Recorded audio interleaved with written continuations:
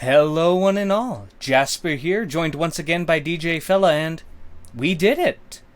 We made it to the final episode of House of the Dragon. And I've got to say, the show ended on a strong note. I agree. Maybe it's because the previous episode was quite terrible, but this felt like a good ending. I got some kind of questions, and there's some changes I'm conflicted about, but overall, I really did enjoy this episode. I mean, so I feel like in the case of a show that's going to have sequels 100%, Yeah. a large point of the final episode is to make you excited for the next season. And as mixed as my review of this season is, I'm excited for the next season after this episode. Oh, yeah, of course. I think all things considered, as critical as we are, this is a above average show. I'm we can probably get more in depth in it because we plan on having a podcast dictated to speaking to the show as a whole, but probably a 6 out of 10 for me. I'd probably put it at a 5 out of 10. Okay. Well, we can go into that a bit more later, but let's be tackling the episode itself. Number 10. Yes, sir. Alrighty. Now, in regards to this episode, we see Lucerius kind of eyeing Driftmark, at least on the painted table, which, not very painted, more like a carved table, but anyways. And I just want to confirm, the table is made of wood. Yes.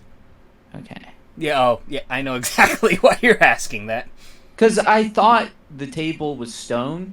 I guess we should say we did watch the final episode together.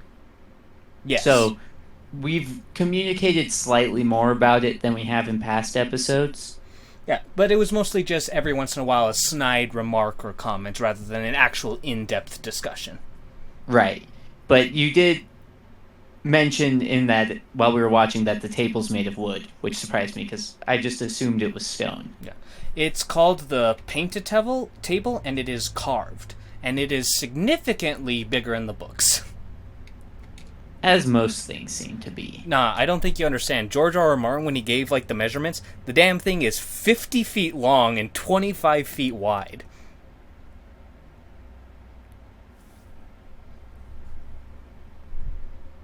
That's a large table for sure. Yeah, he's notoriously bad when it comes to numbers. Just always too big in some crazy cases. But is it that he's bad with numbers, or is that just in his mind the scale of Game of Thrones is that big? No, he's just bad with numbers. Because even for example, there's this one moment where the Hound wins Sandor Clegane wins the jousting tournament, and his reward is 10,000 gold dragons, which is such a stupid amount of gold. To put it in perspective, 1 gold dragon can buy you a horse. Whoa! Yeah. You got 10,000 horses for winning a joust? Pretty much 10,000 gold dragons, and it's ludicrous that you would be using that much money for a reward unless you're Mr. Beast. Yeah, that's weird, because he created the currency, so he would know how much 10,000 gold dragons is. Yeah. So how would he make that mistake? As in-depth as George is when it comes to world building and whatnot, I don't think he puts a whole lot of thought into I don't know if logistics is the right word, but numbers. It's just that's kind of his weakness. For another thing, if you look to the size of Winterfell and how he describes how big the walls are, it's fucking huge. It dwarfs any castle ever created by humanity several times over. So just imagine how ludicrous Harrenhal is, which is in his mind supposed to be the stupid ass big castle of Westeros. Where's Harrenhal? Who has Harrenhal? Harrenhal, that's the castle that Aegon the Conqueror burned when he first came in. It was made by Aaron the Black. Oh, right. Remember the very first episode where everyone's like in this kind of ruined castle where the Great Council is being had to decide. Oh, Yeah, that's Harrenhal. that's Harrenhal.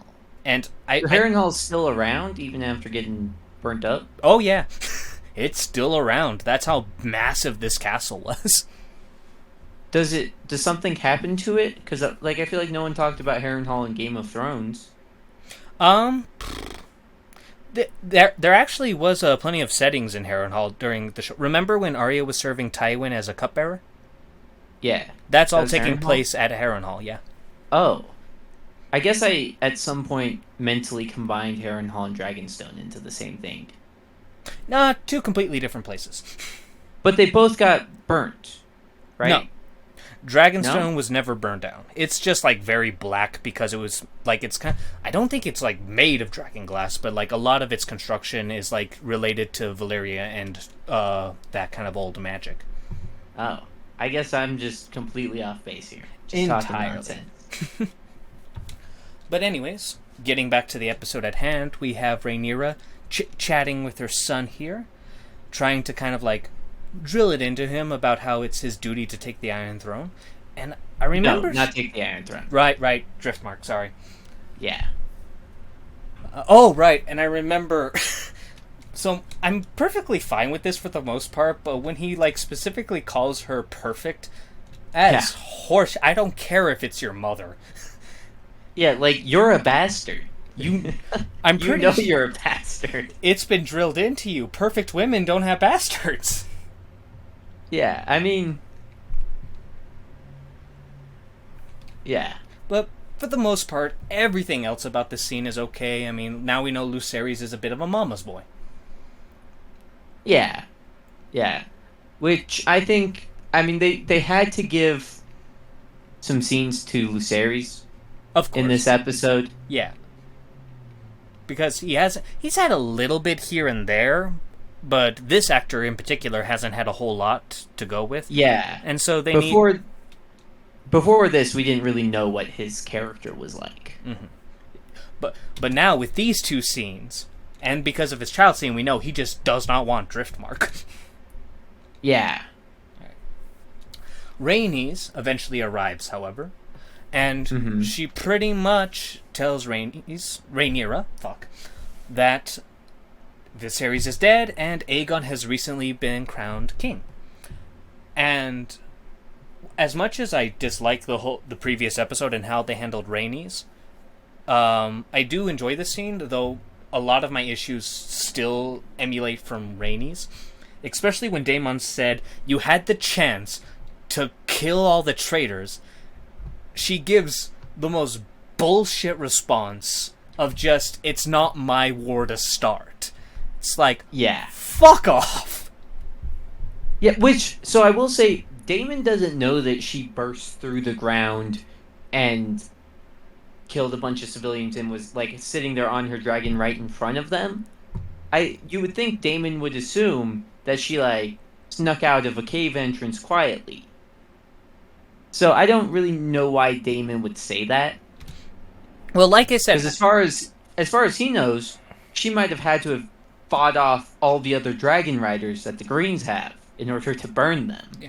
I will say, I don't think there's another exit or entrance for the dragon pit. I think those massive doors are the only way in or out. So, one would assume that if she did get out with her dragon, she would have been around the other, the Greens. So, in the very first episode, when we see Rhaenyra land her dragon and the dragon tamers, or whatever they're called, usher it into a cave. What's up with that then? Oh, I think in my head I was just picturing like them going through the big doors, but I think you're right. Maybe there are other ways to get out of there. Because it obviously wasn't big doors, it was just a cave entrance. It was just a cave. They weren't even in King's Landing, I don't think. Yeah. And you can't say, they didn't have a proper idea of how the dragon pit would go, because these aren't seasons apart. They're in the same season. Yeah. So, okay, so a lot of my, forgiveness of Rhaenys, fuck you. I take it all back. Yeah. So now we know that she could have gotten out of there without all that bloodshed. Oh, so yeah, Damon's maybe Damon knows her so well. Like, this bitch, she definitely killed people. Yeah, like she wouldn't miss an opportunity to kill hundreds of innocent civilians. Because I wouldn't. Which it brings me, like, so they're just not gonna address that she killed hundreds of civilians. They're just writing that one off. At least right now. I will say that there is an event that takes place where they can bring this back. Not justify it, but consequences to a certain point. If they will, I don't know. We'll have to wait and see. But at this point in the show, the writers have shown a dangerous lack of regard for consequences for their characters' actions. Every once in a while we get one, but there is an alarming amount of get out of jail free card moments. Yeah. But anyways, so hearing this news pretty much gets Rhaenyra into an angry delivery. Yeah, which I'm not sure what level of stress would be required to induce a miscarriage like that, but I can buy it. Yeah, I am perfectly ignorant enough not to say that that is inaccurate. Yeah, same. So with that, the birthing process, pretty brutal, all things considered, but it is also it goes back and forth between Rhaenyra's birthing process and Daemon preparing for war, pretty much. Yeah, which Daemon has clearly been thinking about this. Oh yeah, obviously. I feel like Daemon's reaction is very reminiscent of the Small Council's reaction last episode. Mm-hmm. Where they're like, oh, okay, so time to go about with our plan then. I mean, Daemon definitely knew this was... everyone kind of knew this was coming. Except the Blacks are just a bit surprised about how fast the Greens took action after Viserys' death. Well, and I will say, apparently Rhaenyra and Alicent were not aware this was coming. Yeah, they're both totally surprised. Yeah, they're just living off in La La Land, where they're going to be childhood friends forever. We also get to see a little bit of Lucerys and Jacaerys training, and Jacaerys kind of a cunt now. Yeah, he's kind of being an asshole to his little brother. For, like, I don't know why. I mean, yeah, older brothers can be massive dicks to their younger brother, but even as a personal older brother, I don't think I was ever that harsh. Yeah, I don't know. We obviously haven't seen much of them, in just as a whole, but I didn't get the impression that they didn't get along or anything. Like in not last episode, the episode before last, when they're running through the courtyard reminiscing about training there. Mm-hmm. It seemed like they get along pretty well. Yeah. Yeah, and there's Jacaerys, obviously being the eldest, probably kind of has a bit of pressure in wanting to be in being the best that he can. And we see him putting a lot of effort into learning the Valyrian language, even though he probably should already know the damn thing. So maybe he's kind of just kind of projecting a bit onto Lucerys as well. It's not crazy, but it was just a moment that was just that seems a little off. Yeah. But they are called forward to come visit their mother while she's squirting out blood everywhere. Right. It must be super important, obviously, the information she needs to relate to them, which it is, but why she had to say it, I questioned it a bit. I guess, but she says basically don't let anything happen until I'm done giving birth. And I'm kind of why? Why? You guys need to act. Yeah, this is they have your opponents have already taken several steps to get ahead of you. It's time to play catch up. Yeah. Maybe it's because she doesn't trust Daemon, in which case that's ludicrous. She obviously doesn't trust Daemon.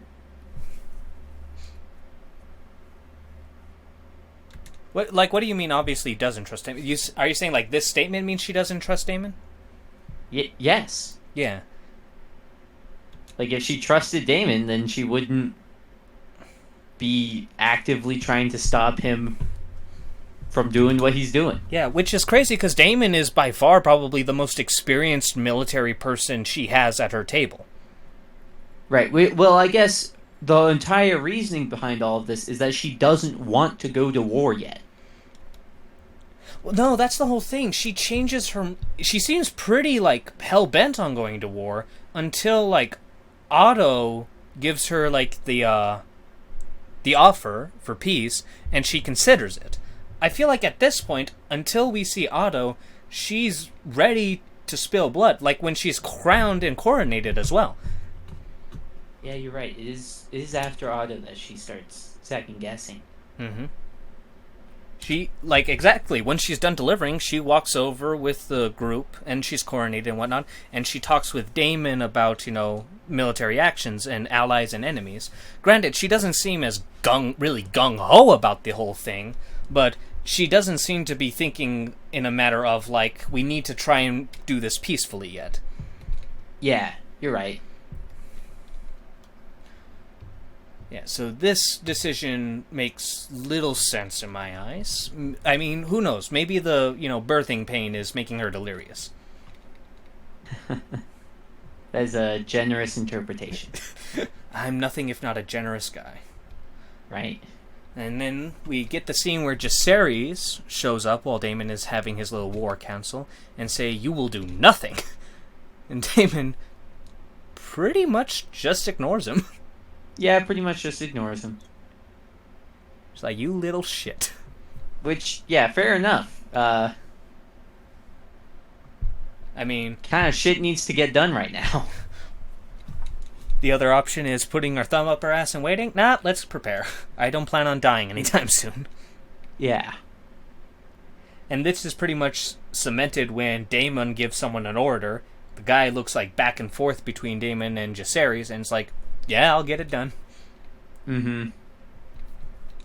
And Daemon clearly wears the pants in this household still. I mean, he's the father. Just because you're not his biological kid doesn't mean he'll kick your ass. He won't kick your ass. So then we get onto the scene with the Kingsguard. Yeah, and also, this pretty much, like, Jacaerys also, like, kind of backs down and just follows what Daemon does. Yeah. But yeah, we get the two Kingsguard members, and... which I thought this scene was a little odd, like how Daemon goes about getting them to swear loyalty. Mm-hmm. Like, did you really need to threaten them with a dragon right there? Yeah, the whole, like, fear thing is good for, like, people who aren't ever going to like you. It seems weird, probably, to be threatening them, but it's not out of character for Daemon. Yeah, I guess not, but... like, he didn't threaten anybody else with a dragon. Well, the whole thing is, obviously, the Kingsguard are going to be more important than probably the household who's already sworn to Dragonstone and Rhaenyra, Whereas the Kingsguard, swore fealty to Viserys, and already, some of the Kingsguard are kind of on the side of the grain, so because of the Kingsguard being more prominent and being specifically wanting to protect Rhaenyra, it's more important to check their loyalty. That's fair. Although I will say, like, I don't know if important would be the right word for them. They're Kingsguard, but they're still, like, just two knights. I mean, yeah, the show doesn't really portray them in the manner that you would expect from some of the greatest knights in the realm. Like, we're talking top 7. But at the very least, because of their position, they are, kind of singled out, rightfully so. I mean, I would disagree with how Daemon goes about it, but Daemon taking this action is not out of character. Yeah. But while we're at it, one of the knights says that he served both Jaehaerys and Viserys, which is ridiculous. That would make him the oldest knight on the Kingsguard, older than the previous Lord Commander. Yeah, because how long was Viserys' rule? Viserys' rule was, I want to go for 30 years or so. And presumably you've got to be, I would say, at least 15 to become a Kingsguard. So he would have to, at the youngest, be 17. Because the oldest, I believe Jaime Lannister was the youngest Kingsguard ever named. And he was 16. Okay. So he would have to be 17, so 47 years old. Which, that's like, Not counting how many years he probably served Jaehaerys. Yeah, like, this is assuming that he was sworn in the day Jaehaerys died. Yeah, Which, admittedly, that actor, I guess you could convince me he's, 47 with good genes. Yeah, I mean, my issue isn't, really the age. My issue is that if he did serve Jaehaerys, he would be the most, experienced... the senior. Yeah, the senior. He'd be senior to the commander. Yeah, he should have been named Lord Commander over Henry, who, the guy who took off his cape and said, no more of this shit. Was Henry not around for Jaehaerys? There was no mention of him serving Jaehaerys. Oh, okay. Granted, it's not like we know, every single member of the Kingsguard, when they were died and when they were appointed, yada, yada, yada. So maybe they both served Jaehaerys. Who knows? Yeah. But it was just a weird kind of thing to add. Just make it to where he served Viserys. Mm-hmm. Alright. But as this whole thing is going on, we obviously cut back and forth between this and Rhaenyra shitting out a demon baby. Is it a demon baby? So, I call it a demon baby because, first off, in the books, it's so much more gruesome and violent. As she's giving birth, she is screaming at the gods to pretty much smite and kill all the Greens, and according to Mushroom, she starts to, claw at her stomach, calling the child inside her a monster and to get out. And when it finally does, the thing has a hole in its chest where its heart should be, and it has a scaly tail. And this is according to the jester. Yes. Well, in some cases, he's specifically the moments of him clawing at the stomach and whatnot. But yeah, the malformity of the baby, which I don't know. I know Mushroom isn't a very reliable source, but I do wish that we got the half lizard baby, because this isn't the first time children of Targaryens have been described fucked up like that. Fucked up at fucking lizards? Yeah. Targaryens are birthing fucking lizard monsters? Sometimes, they've all been stillborn. Not a single one has ever survived. But I think Maegor the Cruel, who was the third king, had a couple of fucked up babies, several. His seed was nasty, I guess. That's crazy. Mm-hmm. But with that, after the whole wrapping up the baby, preparing it for the funeral, this is when we get Eric with an E showing up during said funeral and presenting the crown of her father and Jaehaerys for her to wear, since Aegon was wearing the Conqueror's crown. Yes. And he gives the usual vow that a Kingsguard makes whenever they are named to the Kingsguard. And Daemon crowns her. Oh, and speaking of which, I do want to correct myself. Remember in the previous episode where we were a bit confused and why is Kristen Cole crowning Aegon? Uh-huh. Well, apparently Kristen Cole does crown Aegon in the books. I get it's a little bit weird still, but at the very least I need to kind of retract that statement for my own sake. Okay. Interesting. So everyone starts bowing except Rhaenys. And it's all... Yeah, which... Go ahead. Doesn't it seem like she kind of should have taken a knee?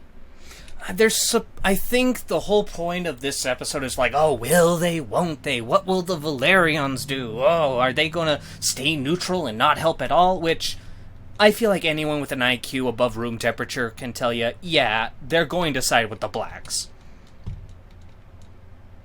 Yeah, and I mean, I don't know. It just seems kind of disrespectful for her to not take a knee here. Mm-hmm. Like even if, like, I get that the idea is, she's waiting for her husband to decide what they're gonna do, but she clearly wants to side with the blacks. Like, she makes that clear throughout the entire episode. So I don't see any reason for her to not take a knee here. Well, I don't think anything yet obviously shows that she wants to side with the blacks. I think it's just obvious she should side with the blacks because that's where, like, the alliance comes from. They're, her grandchildren being married to those bastards. That cements them pretty much, unless she plans on letting her grandkids kind of go off and fight by themselves. So it's like, I think, despite her, like, showing, like, no intent of supporting the blacks, we as viewers know she's going to support the blacks. There's no way around I feel like she made it pretty clear she was going to support the blacks last episode.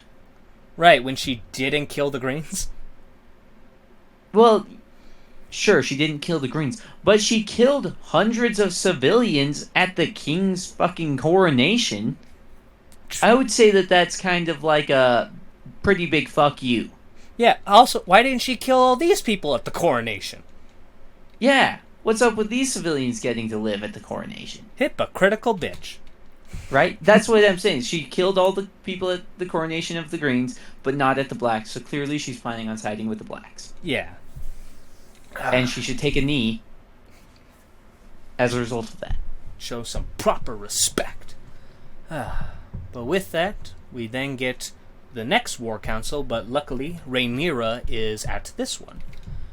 And right. It's pretty good. As a book reader, I have my criticisms, but I feel like, since you haven't read the books, like, what are your thoughts on this scene? So my main questions were dragon related for this scene. Okay, let's see if I can help. So Daemon counts 13 dragons that they have access to. Yes. But it's never discussed. Well, like, the princess mentions who will ride those dragons briefly, but it's not really discussed further than that. So I was trying to think of how many potential riders they have. I was thinking like 8. So in regards to that, you're probably thinking of Daemon, Rhaenyra, Rhaenys, Lucerys, Jacaerys, Bella Targaryen, and I honestly can't remember. Like, I can't remember her sister's name. And then, how many did you say you could think of? 8. And then Joffrey?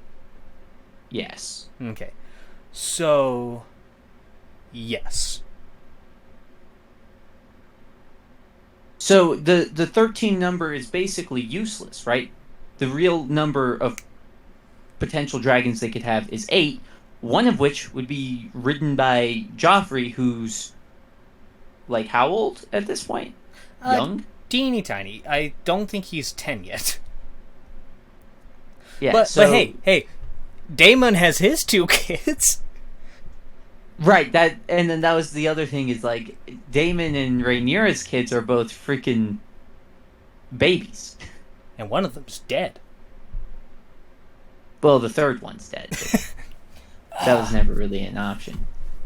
So, I don't know. Daemon's, like, counting of the dragons seems awfully confident, considering that they don't... they have one potential rider that doesn't have a dragon, right? Mm-hmm. So, what if I told you that is also, like, kind of my issues with this scene, because he counts, like, everyone in who's able to, like, ride a dragon. The fact of the matter is, really, only 4 of them have dragons that you could rely in combat. Because you have Daemon, Rhaenyra, Rhaenys, and Jacaerys. Everyone else's dragons are young and kind of puny. Is Jacaerys' dragon bigger than his wife's dragon? Or his betrothed's dragon? I think so. I think it's a younger, smaller dragon. Yeah. And so then you could theorize that the sister that doesn't have a dragon, if they could get her to become the rider for one of the already grown dragons, Mm-hmm. that would add another. But yeah, Damon's counting still seems awfully optimistic. I will say, there is a plan, a decent one, in order to get more dragon riders. And no, it's not making more. It's not making more Targaryens. But, I might be a little spoilery. How much do you care? I guess we can wait till next season to talk about that. A whole year? You sure you can last that long?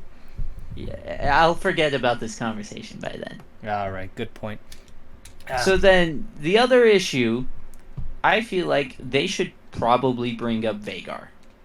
Yes. Like, the biggest dragon on Earth is owned by the enemy.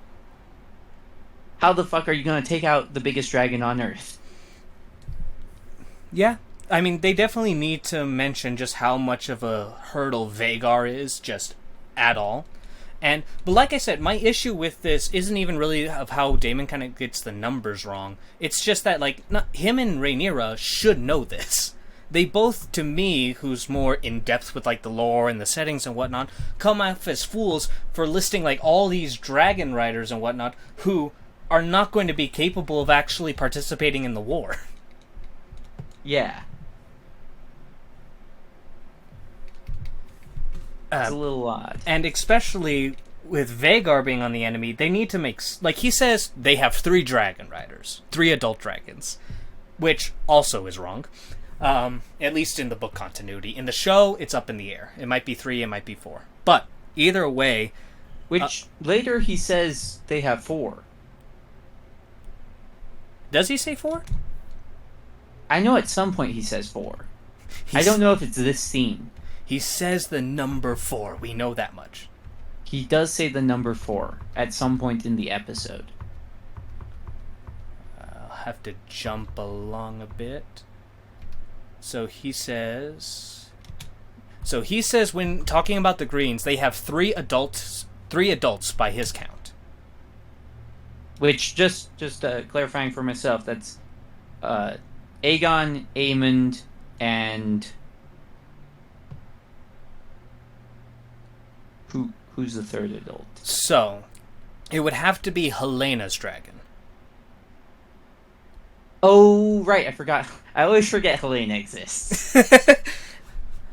I don't think you forget she exists. I think you forget she's a dragon rider. No, I straight up forget she exists. I thought Aegon was single until a moment ago. Oh, shit, that's right, he's married. Yeah. But yeah, I don't think he ever changes it to 4. He then lists all these dragons, and half of them are... But then he lists all the dragons they have, and only half of them are adults.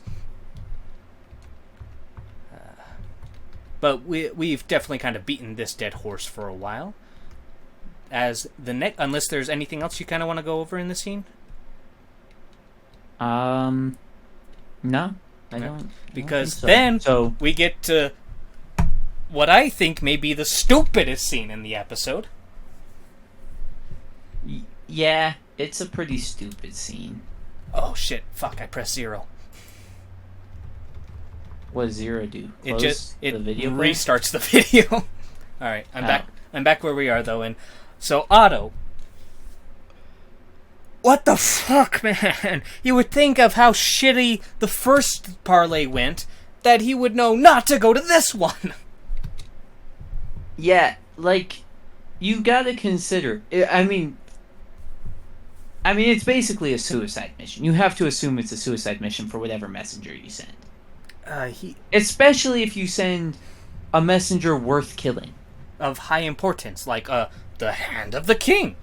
Yeah. Otto taking care of Otto here is a huge blow to the enemy. Maybe you could justify this if you had Aemond there. I mean, that's still Aemond up against Daemon against all their dragons. Yes. He'd have to be up against all of them. Yes. Which, if you were going to kill Vhagar, that would be how you do it. Yeah, I'm not saying it completely justifies it, but you'd have to do something like that. You need to have them have, like, some sort of firepower to where attacking them is a risk. Here, there is no risk to slaughtering them. The only, like, bad thing is, like, oh, you killed them when they wanted to parlay. Fuck off. Yeah, we're already well past breaking oaths in tradition. Yeah, and it's not just Otto Hightower who comes off as a complete dumbass in this scene. Rhaenys lands her dragon, gets off her fucking dragon, walks through all of these enemies, and then over to her husband. Yeah, makes herself a real tasty target for a hostage situation. Yeah, grab her, hold a sword to her throat, bada bing, bada boom. Like, obviously, that wouldn't exactly be a great situation, but it just blows my mind that Rhaenyra would do this. Yeah, there's just this weird confidence between both sides that neither of them are going to hurt each other. I don't know where this confidence comes from. It's like they have, like, oh, there's no way they'd kill each other. No, there's nothing there. There's nothing there. In fact, the reason the Greens are doing their thing is because they don't trust Rhaenyra to not kill everyone. Yeah. Ah! So eventually, he gives the terms, and Daemon has his pretty witty response saying, I'd rather kill my kids and feed them to the dragon than have him serve as a cupbearer to a usurper cunt. Yeah. As much as, like, Daemon is a terrible human being, he's still very enjoyable. He is extremely enjoyable. It's all, like, Matt Smith, his shoulders are going to hurt. Yeah. So anyways, they kind of go back and forth, and blood, like, eventually they almost get to fighting. Daemon seems, like, again, this kind of shows, Otto, you're an idiot for coming here, because Daemon was fucking ready to have an all-out brawl. You're lucky he didn't Daemon was planning on killing Otto. That was his intention when he came to this meeting. Yeah, the only weird thing is, why doesn't he have his dragon ready? I mean, they don't need it, would be the obvious answer. One dragon's fucking more than enough. I'm honestly kind of, like, almost surprised that Daemon listens to Rhaenyra. Yeah, and I hate the reason Rhaenyra changes her mind here. Like, really? Her giving you the page that you tore out of the book? That's good enough? Well, like we are talking, like, over a decade of animosity between the two. Of them speaking almost none and constantly doing whatever they can to screw the other over. Well, it gets worse, though. Because think of it this way. The last scene these two shared together, Rhaenyra and Alicent, was they kind of made peace. Like, hey, everything's going to be okay now. And then Rhaenyra hears the bitch changed her mind. I don't think... Alicent has done the greatest betrayal she possibly could to you here. As far as she's aware, yeah. Reconsidering because you were her childhood friend. Fuck off. But with that said, there is, like, other aspects to her changing her mind, simply to avoid war. If she stands down and just stays in Dragonstone, then it's possible no war breaks out. And to be fair, the Greens killing her is far less justified than her killing the Greens. You know what I mean? Because there's the precedent of the son inheriting first. Whereas Rhaenyra, if she sat the Iron Throne, there would always kind of, like, be about Aegon. There's still that with Rhaenyra, but it seems lessened, though it's still there because of Viserys naming her heir and never changing it. Yeah. But I will say that her thinking about, like, actually accepting the peace terms feels off. Yeah, they've done this weird thing with Rhaenyra and Alicent, where, despite the fact that they are the two main players causing this war, they've tried so hard to make it seem like the war is not their fault. And it's not entirely their fault. Like, don't get me wrong. It's entirely Viserys' fault. but like, they are the ones, they are now the driving forces behind the war, whether they like it or not.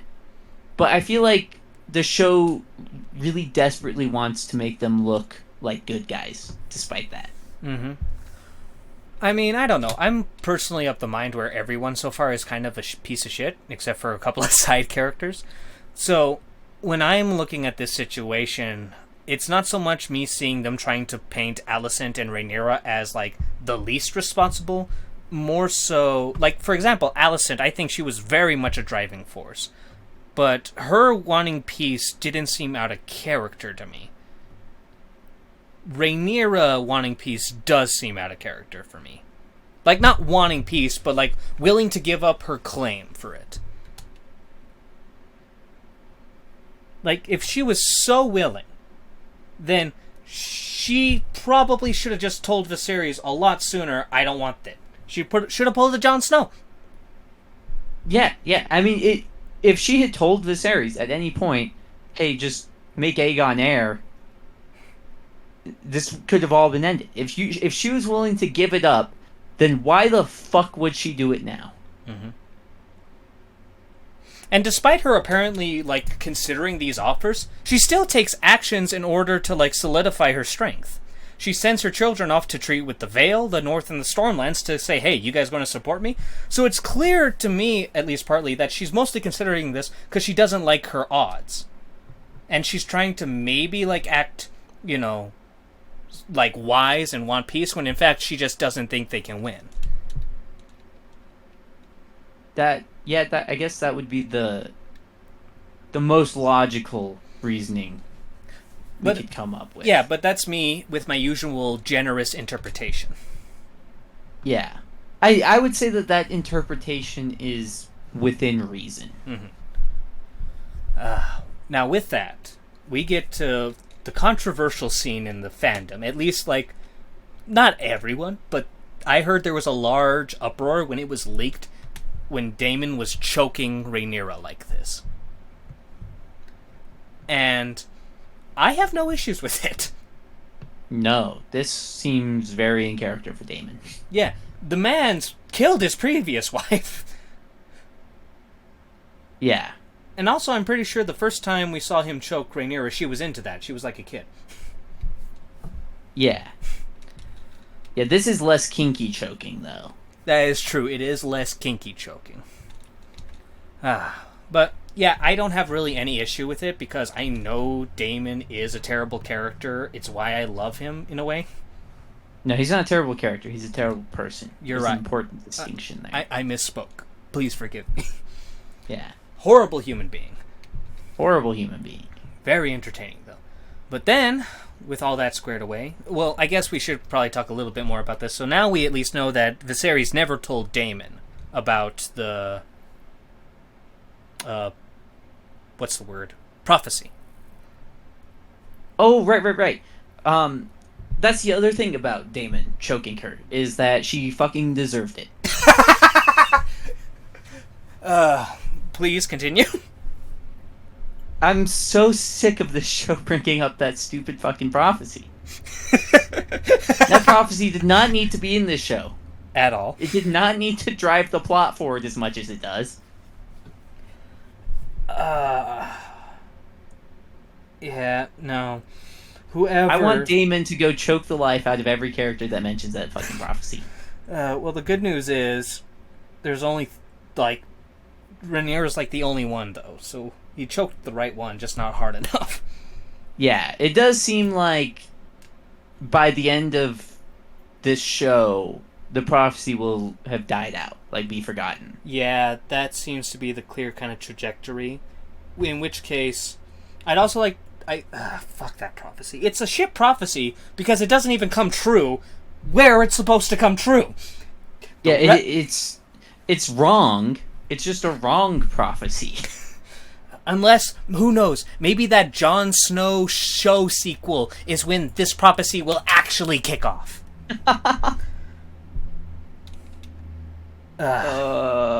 Yeah. With that, though, next scene we get is Corley's in bed. And I guess, like, the first thing he says to his sleeping wife is, "Man, I should have you flogged." Corley, Yeah. you need to work on your, sexy talk. Yeah, what an awkward way to greet your wife that you haven't seen for 6 years. And then say, "You are no man." So I will, yeah, dude, have you met your wife? Yeah, you are no man. That's another just kind of weird, cringy line.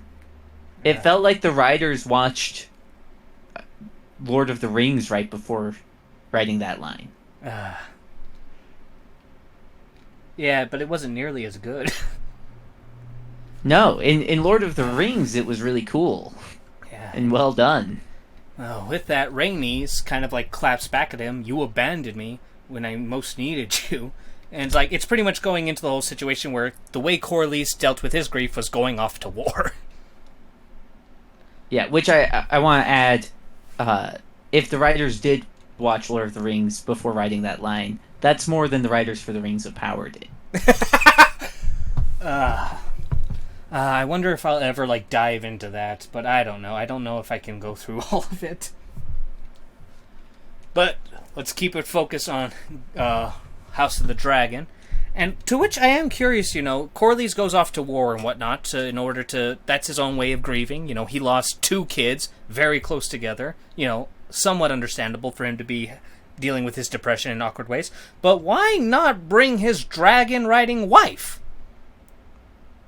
I guess they needed somebody to stay at Driftmark and take control of it. He had his brother. True. But I guess if his brother had been allowed to take control of Driftmark when they were gone, he would have probably succeeded. Well, yeah, but remember, one of the reasons that whole thing started was because Corlys was injured. If he had a dragon, maybe he'd be less likely to injure and die. No, remember the last time they went to war there, the dragons were entirely useless because they had caves. Right, those fucking caves. Yeah. Caves trump dragons. Alright, and if only all of Westeros had known this before the Targaryens showed up. And with that, so Corlys, at this point, finally decides, like, my ambitions have been fucking with us so much, which, I don't know, definitely, like, I don't know if it's fair to say that the gods are punishing these people for you guys being ambitious. I think you guys are just unlucky as fuck. Yeah, he hasn't really done anything so ambitious as to cause this. I mean, I guess you could say accepting the marriage proposal is kind of ambitious, and accepting that got his son quote unquote killed. Yeah. But it still seems like a weird parallel to try and draw, that his ambitions has led to their suffering. Also, am I wrong to think that he kind of like gets over his brother's death real quick? I mean, yeah, I guess. I don't know how close him and his brother were. It didn't seem like they liked each other too much. Yeah, I mean, yeah, I guess you're right. I don't know. That's just something I personally can't, wrap my head around. Like there was the scene when they were at war in the Stepstones in episode 3, where his brother like starts making an ass of himself, and he's like, "Shut the fuck up." That's kind of the only indication of their relationship we have. Yeah, that's like the only scene they ever shared together at all. Yeah. But yeah, no, he hears about his brother dying. He's like, "Oh shit, that sucks." He's like, "Yeah, that dude always was ambitious." Just like all of us guys. Yeah, us men being ambitious and shit. Yeah, but I guess he finally decides that, enough is enough. He'll be neutral, which makes me think, motherfucker, your grandchildren are going to be married to the 2 guys who are going to be heavily participating in this war. Does he know that, though? Shit, you're right. He might not know. He might not know that shit, which she doesn't tell him that. I guess we have to assume he is that the scene where he comes into the fucking throne room and he like looks back and sees them holding hands. Is that him realizing they're getting married? Maybe. But with that said, Rhaenys, she changes her mind now. No longer of, neutrality, but... See, I don't think she was ever of neutrality. Well, not when she was talking to Corlys. She was the one who kind of pushed back the most... She obviously favors the Blacks. Oh, you mean like in past episodes? Yes. Okay, yeah. Yeah, before episode 9, she was neutral. I agree with that. Yeah. But apparently the thing that changed her mind was that Rhaenyra was willing to give up. Yeah, that's also weird. Like, I get it. Like, oh, she's really what will be best because she's willing to sacrifice her own claim for the good of the realm. It's like, yeah, but you do know that for her to get that position, lots of people are going to have to die. And if she does decide to go with it, then she's acting in a way that goes against what you... It's a very hypocritical, conflicting stance. Like, if she continues down this path of not going to war, then you really don't want to be on her side. And if she decides to go to war, then she's doing the opposite of what you thought was so good about her. Yeah, of what you're praising her for right now. Yeah. Well, yeah. Which, the other thing is declaring neutrality even an option? Yeah. Like, because one side's gonna win. Yes. And won't that side be kind of like, hey, what the fuck? Why didn't you help me? Yes. That's always a risk with neutrality.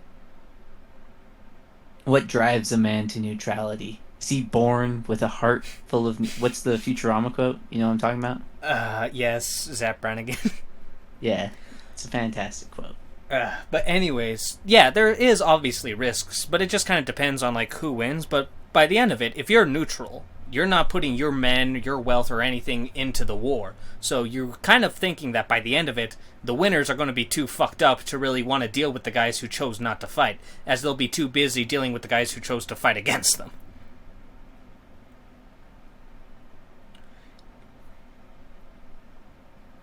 Hold on, can you repeat that? I was watching the Futurama clip of Zap Brannigan. God fucking damn it.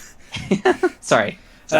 Anyways, so obviously there is the whole kind of risk, but it depends on, like, who wins. But you're kind of hoping that by the end of the war, whoever wins is going to be so fucked up that they're not going to want to deal with the people who didn't choose to fight for them. They're going to be too busy dealing with the people who did choose to fight against them.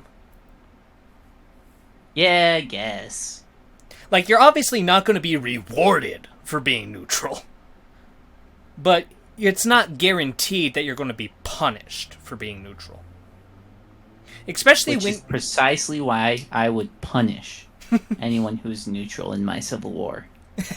Well, it can be a little difficult because, I mean, like, the Valerians are a bit of an odd case, because I don't know if, like, it's kind of hard to rate them as far as, like, power and influence. But, like, choose someone at random. If the Western Lands decided to be neutral, and at the end of it, Rhaenyra or Aegon won, you don't want to just start beef with the Lannisters again. Because that's going to turn it into an even more longer, prolonged war against a powerful enemy. Well, I wouldn't start beef with them. I would just go burn down their castle with my dragon. I mean, okay, you're right. I'm thinking about this without the dragons. Yeah. And then I'd be like, alright, there you go. There's your punishment for being neutral. Now we can continue on as usual. Can't say you're wrong in thinking that. But with that, we get to the next scene where after Rhaenys praises Rhaenyra over and over and over, Corlys just shows up and kind of, like, takes charge. Like, you guys need help knowing how to actually run a fucking war. Yeah, because she's been preventing Daemon, the only person who knows how to run a fucking war, from doing that. Mm-hmm. It's hope is a fool's ally, all that good stuff. I kind of enjoyed how curt he was with her. Yeah, just not quite as much of a bootlick or anything. Yeah, A little sass to it. Yeah, he called her out on, her bullshit where there was bullshit. And so that little moment also seems to be where she's more like I guess we could give Corley's credit in convincing her that we can fight. Yeah, I think when he brings up that he managed to take the stepstones, that's when it really changes her mind. Mm-hmm.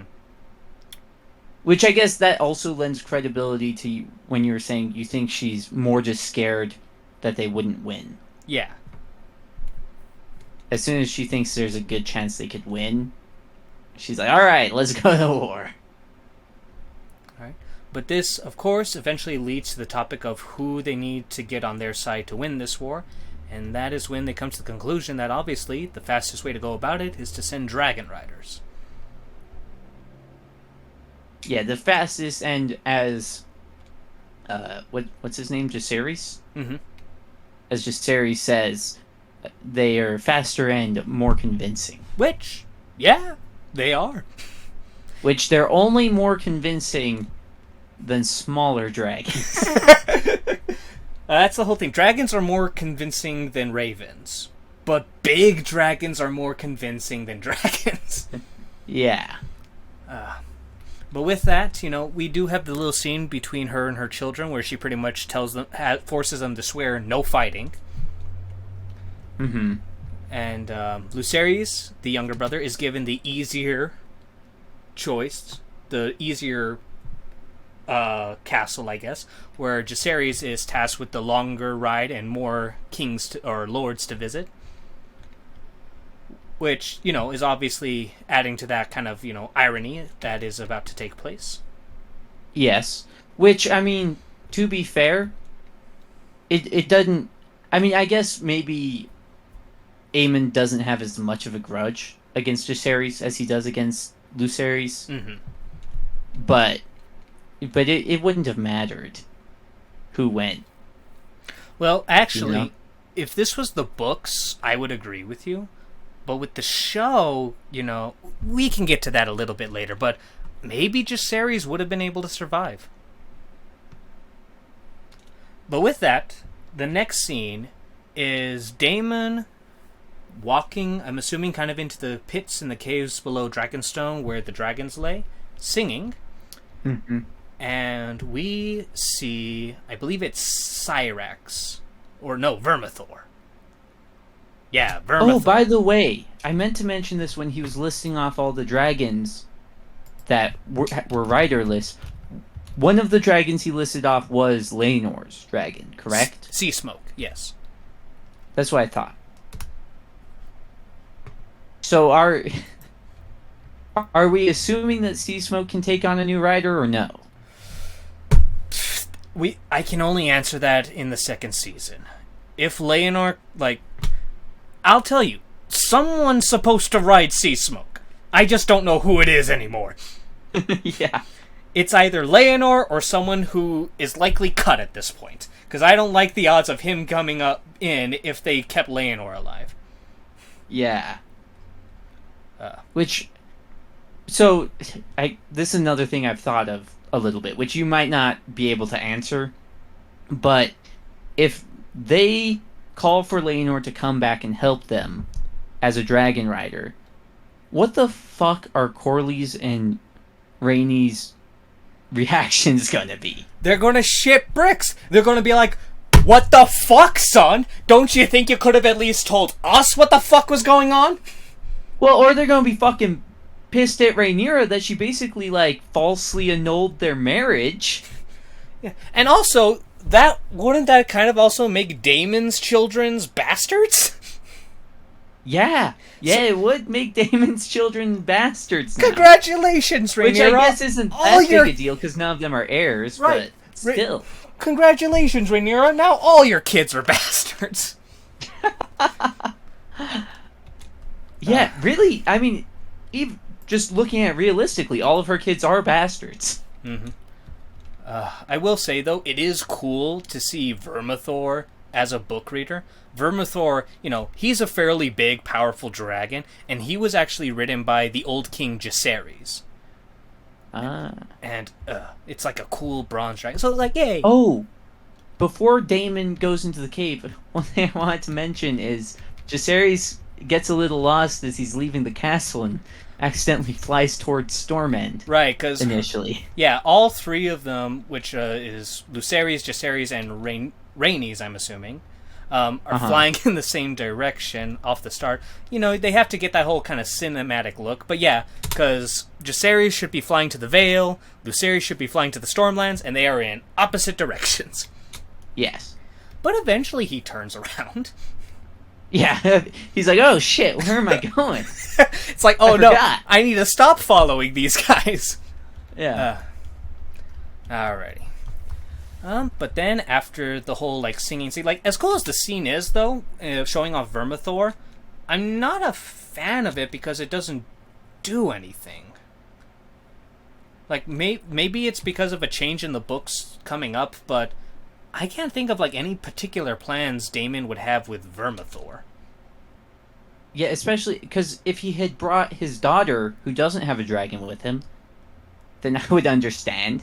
He's trying to get her to become Vermithor's dragon rider. Mm. But Daemon already has a dragon, so he can't become Vermithor's dragon rider. Yeah. Well, with that, the next scene, and this is all really good. I'm not a fan of the design of Storm's End, but it's okay, it's serviceable. But when Lucerys lands in, everything's all fine and dandy, and obviously I know what's going to happen. But which I did look, and you can kind of see, what's his name, Vhagar. You can see Vhagar as he's landing. Ooh, really? Let me kind of go back and check. Because that's something I was thinking of on my rewatch. I was like, Vhagar's way too big to not be visible here. He's kind of tough to see. He's in the mist. You're right. But he's laying right outside the wall. Yeah, it's that's, it's reasonable that you can't see him. Yeah. But so I know what's kind of coming when I'm watching this. And just Vhagar's reveal. It's cheesy with the roar and the lightning, but God, does it look good. And God, is he terrifying. I didn't know where this scene was going, obviously. And I was fucking shitting bricks when I saw Vhagar.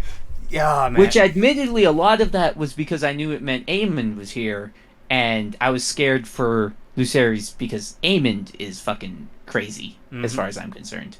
Although maybe not as crazy as I thought by the end of the episode. Right. But, yeah. It sets the scene really well.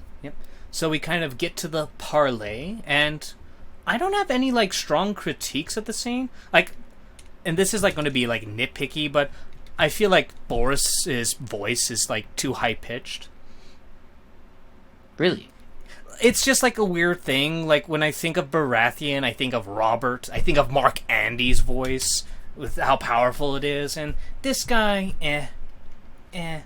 But to be fair, it's hard to be better than Mark Andy. Yeah, I guess his voice is a little high pitched, but it kind of reminds me of the Jarls from Skyrim. Mm-hmm. I don't know.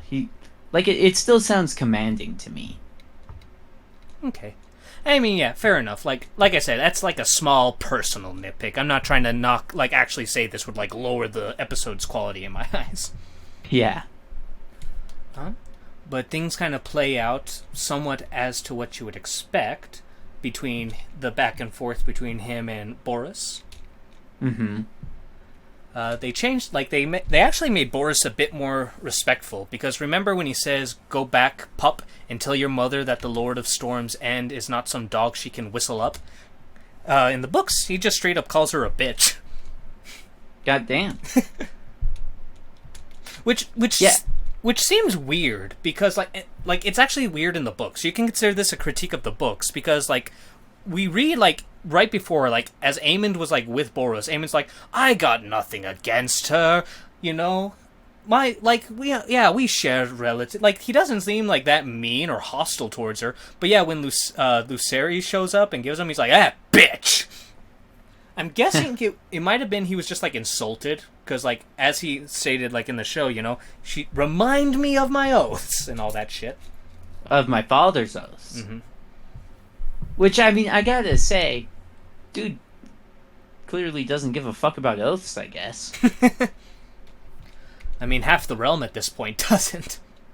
Yeah, I mean, I guess that's kind of one of the themes you see in Game of Thrones is, like, oaths mean a lot until you need them to mean something. Mm-hmm. And then they're pretty fucking weightless. Yeah, so Lucerys is making his exit, but Aemond, no. Aemond wants something from Lucerys. Which, I'm like, if I was Lucerys, and as I'm walking out, Aemond calls me, I would just be like, I wouldn't even turn around. Be like, go fuck yourself. Keep walking. And then we actually, like, and I'm, like, really happy that we did get to see Aemon's sapphire eye. It's pretty good. It's kind of such a cool eye that I'm like, why are you wearing an eye patch, dog? Yeah, so a little bit of a confession here. When I first saw, like, pictures of Aemond, I was, like, really disappointed about the eye patch. I was just like, what? Why? He has the badass sapphire eye. But then when I, like, looked into the books and stuff, nah, he does wear the eye patch because apparently the sapphire eye scares people. Particularly, like, some of the ladies at court and whatnot, so he wears the eye patch because of that. But still, it's cool to see the sapphire eye, and I hope we get to see a lot more of it in the future. Because he's not going to be, like, at court as much, and so he'll be able to, like, walk around without it more. Yeah, and I don't see how a sapphire eye is more scary than an eye patch, but well, I guess I'm not a woman. Yeah, maybe the scar also adds to the fear factor. Maybe so. Yeah. But anyways, Aemon seems really keen on taking his eye, but luckily for Lucerys, or unluckily, maybe to a certain extent, Boris, despite, having no intentions of siding with the Blacks at all, at least won't have guest rights harmed. Mm-hmm. Which, yeah, guest rights pretty much, like, kinslaying is the worst thing you can do. Fucking up guest rights is the second worst. Those are the big taboos in Westerosi culture. But Lucerys, like, runs, gets on his dragon, and then he looks over and sees that Vermithor is gone, which, how fast is Daemon sprinting? Vermithor? Did I say Daemon? Fuck, I'm getting... You said Vermithor and Daemon. I did. I'm getting all of this fucked up. Vhagar and Aemond. Yeah. So, yeah, is the implication here that Aemond got to Vhagar before Lucerys got to his dragon? I mean, I think so. Obviously, that's ludicrous, so maybe we can interpret that Vermax is actually just laying down. Or Vhagar. Yeah. Fuck, I'm getting all these V's mixed up. The big one! Yeah, I have to assume Vhagar's laying down. The idea of him having taken off already is insane to me. So, now, just out of curiosity, at what point did you think Lucerys was going to die? Like, did you think he had a chance, or were you kind of certain he was not going to make it? As soon as he was flying in clear skies. So pretty late, admittedly. It's like, oh, nope, that's too hopeful. He's dead. Well, I mean, the only thing keeping him alive, as far as I was concerned, was that he was in the storm. So they didn't have good visual on him. So, actually, the crazy thing is, like, in the books, they actually say if the skies were clear, Lucerys might have been able to get away because his dragon is much younger and more nimble, and thus could probably fly faster. Whereas Vhagar, being so old and sluggish, was a bit more of like a, slow lumbering giant in a way. Mm-hmm. So, ironically, it's the storm. Because of the smaller size of the dragon, the storm battering against him is just much more impactful than the size of Vhagar. Okay, I guess I could see that argument. Yeah, but in that case, than him making up to the sky. So he should have been clearer then. But no, he fucked up. Yeah. So now, which this whole scene is shot kind of like a horror movie, right? Like when it shows from, it's shot from behind the bottom, and Vagar is shown like flying past them up above. Oh god, that gave me. I don't want to say it gave me chills. That's not the right word, but that was like the entire time since Lucerys landed at Storm's End and Vagar first appeared until the end of the episode, my stomach was in knots watching this. Mm-hmm. And I think, like, overall, it's a really well put together scene, shot great. Taking advantage of, like, the storm aspects and whatnot. And all the way, and then when he makes it to the clearing, it's like, obviously, I know he's going to die. It was at this point you said, nah, too hopeful, he's fucked. And sure enough, Vagar just from the clouds bites. Yeah, and one thing that surprised me was how Aemond was trying so hard to like get Vagar to stop. Yeah. And how he actually he looks, he's like, oh shit, I fucked up. Yeah. And I'm conflicted with this scene. I like, not in how it's shot or anything, but like as an adaptation. Because I don't know, it doesn't strike me as Aemond doesn't strike me as the kind of guy who like would I don't know. It's because how it plays out in the books, it's ambiguous enough, but it's kind of like described as, nah, they were fighting. It wasn't like it wasn't Lucerys like constantly running away as, you know, Aemon was like making passes like that in a childish manner or whatever. Nah, there was fire from both dragons.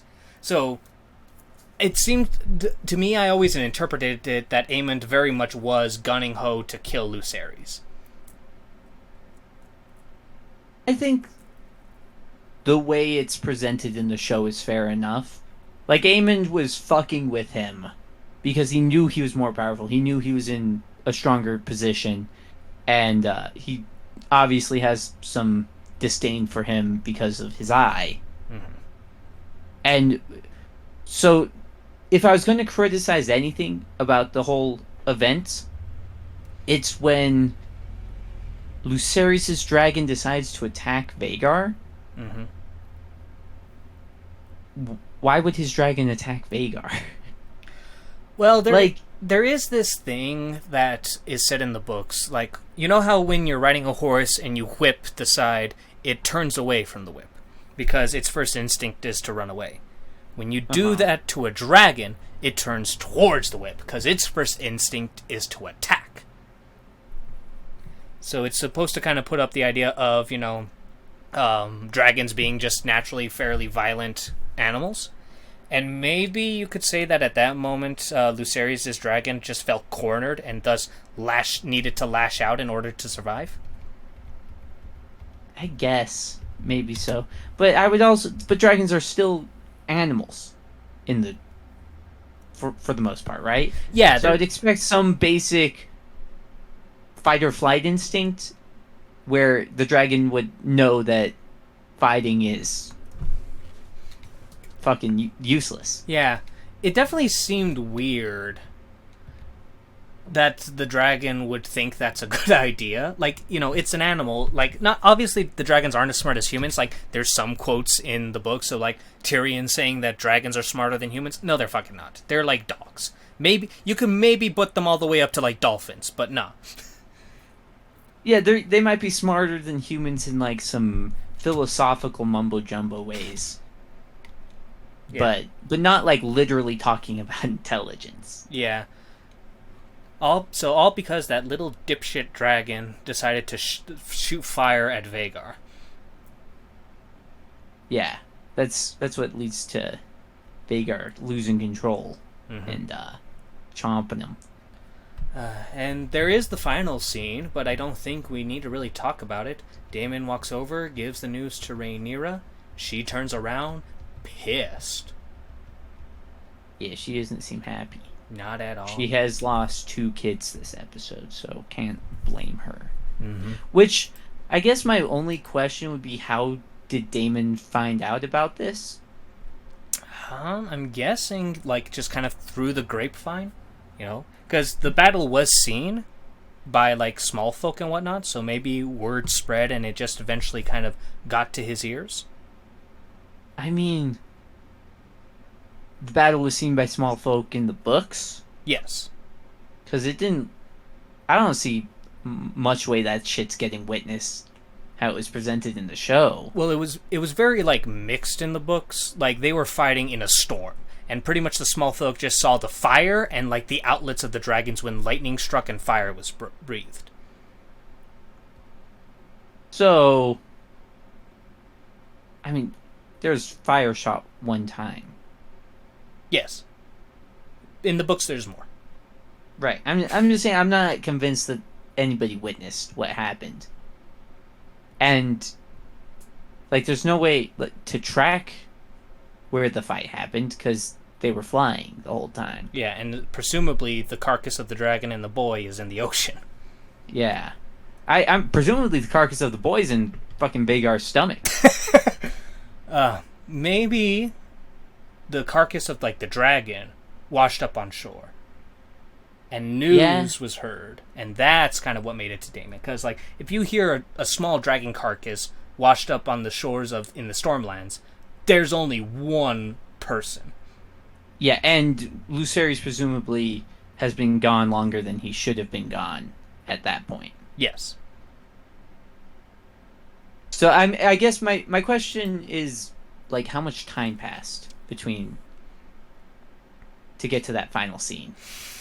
I'd assume a couple of days. Like, that's, like, one would have to, like, go in depth, like, how fast dragons flies, which is not something that I know off the top of my head, and the distance between Dragonstone and the Stormlands, or specifically Storm's End. Excuse me. Because presumably the Greens knew about his death before the Blacks did. Oh, definitely. I'm just trying to suss out where we're going to be starting up next season, I guess. I wouldn't be surprised. It might, honestly, it could go one of two ways. It could be, like, right after this, or it could be, like, you know, a month or so later, or along those lines. No, I don't know. I think it's more likely that a lot of the time jumps are kind of stopped for now. Like, the big yearly ones, or even monthly ones. Yeah. Well, that's the episode then. Yeah, and I gotta say, it's not my favorite, but I think it's a good episode, as well as a good finale. I would say fantastic finale. Mm-hmm. It was a much better finale than I ever expected it to be. Yeah, I think, like, a lot of the surprise, like, and I kind of, I mean, I'm kind of jealous of you that you are able to, like, watch this without knowing what's coming.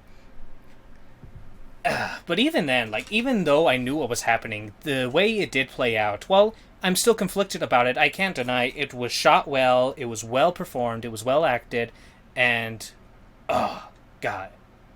It was good. It was really good. I definitely enjoyed it. Not my favorite episode. I think it's probably top 3, though. It's definitely a contender for my favorite episode. Yeah, it's mostly just my snobbish book side that's keeping me from making it number 1. Who knows? Maybe I'll change my mind later. But with that, that's the entire episode. Any last things you want to go over before we call it here? No, I think we talked about everything I wanted to talk about. Fantastic. Thank you as always, DJ Fellow, for joining me. And to anyone who somehow was able to make it to the end, thank you so much for listening. And we'll be having one more podcast where we will talk about the season as a whole. I hope to see you all then. Until then, take care.